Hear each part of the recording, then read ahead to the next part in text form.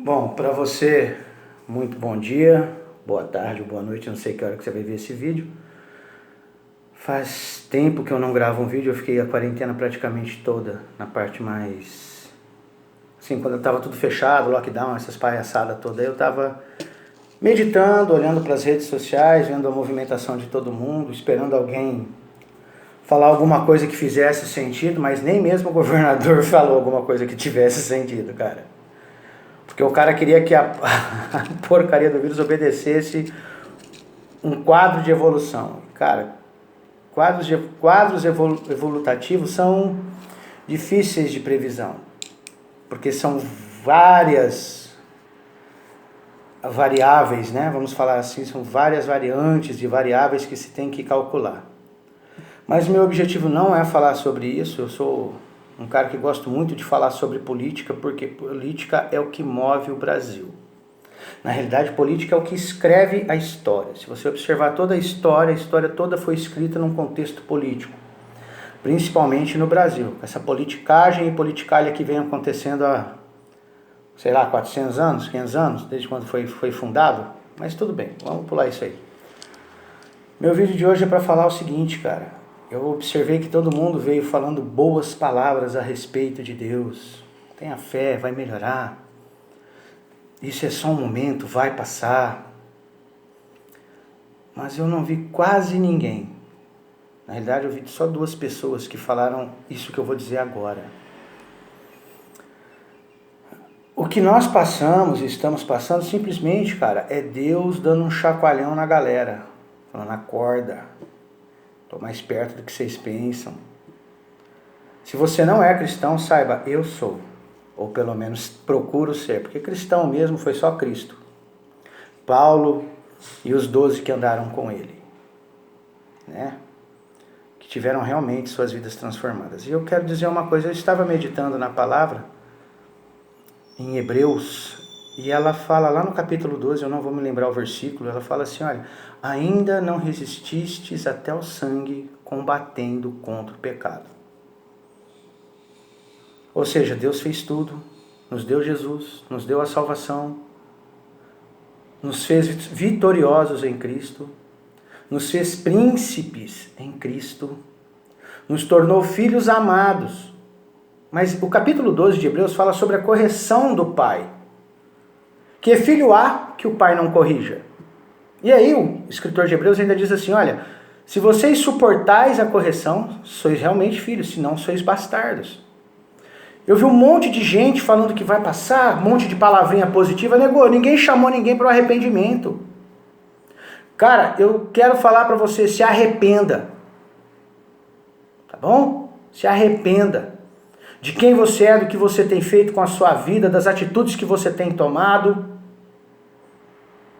Que essa é a vontade de Deus, que a gente se arrependa.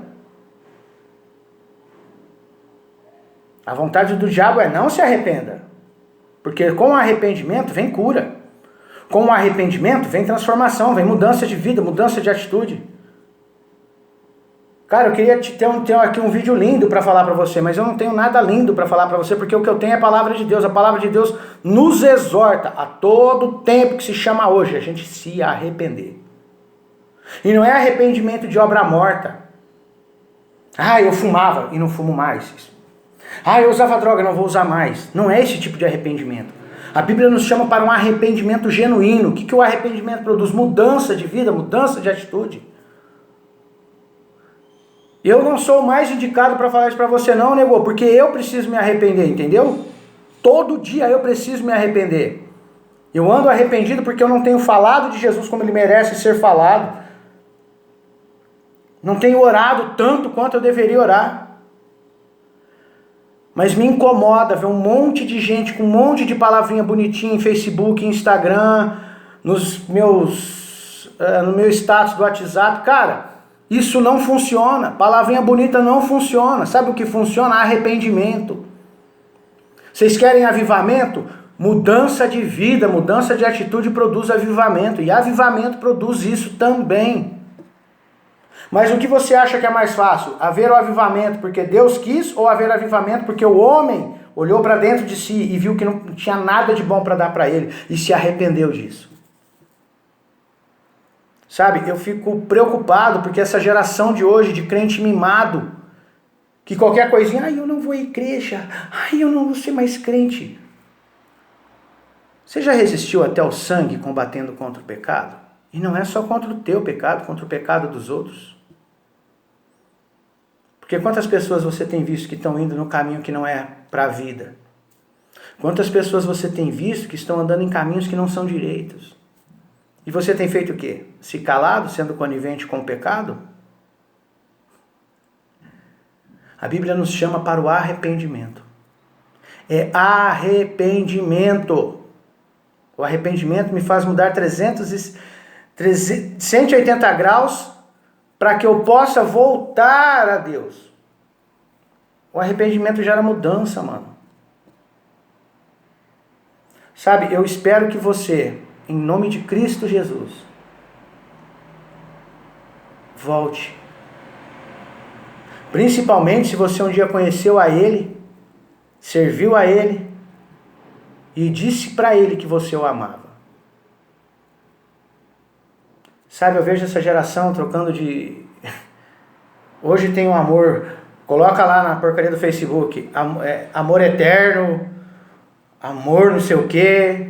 E na primeira oportunidade troca de mulher, troca de marido, troca de mano, troca de mina, troca de qualquer coisa. E faz o quê? Coloca lá, muda o status. A gente precisa parar de ser volúvel. Nós somos muito volúveis. A gente precisa ter firmeza.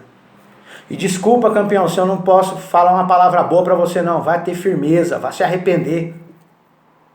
Porque o que eu estou falando para você, Deus falou para mim primeiro. E como eu sou um cara que eu não estou afim de levar nada para mim sozinho, vou dividir com você, entendeu? Fica a dica, mano.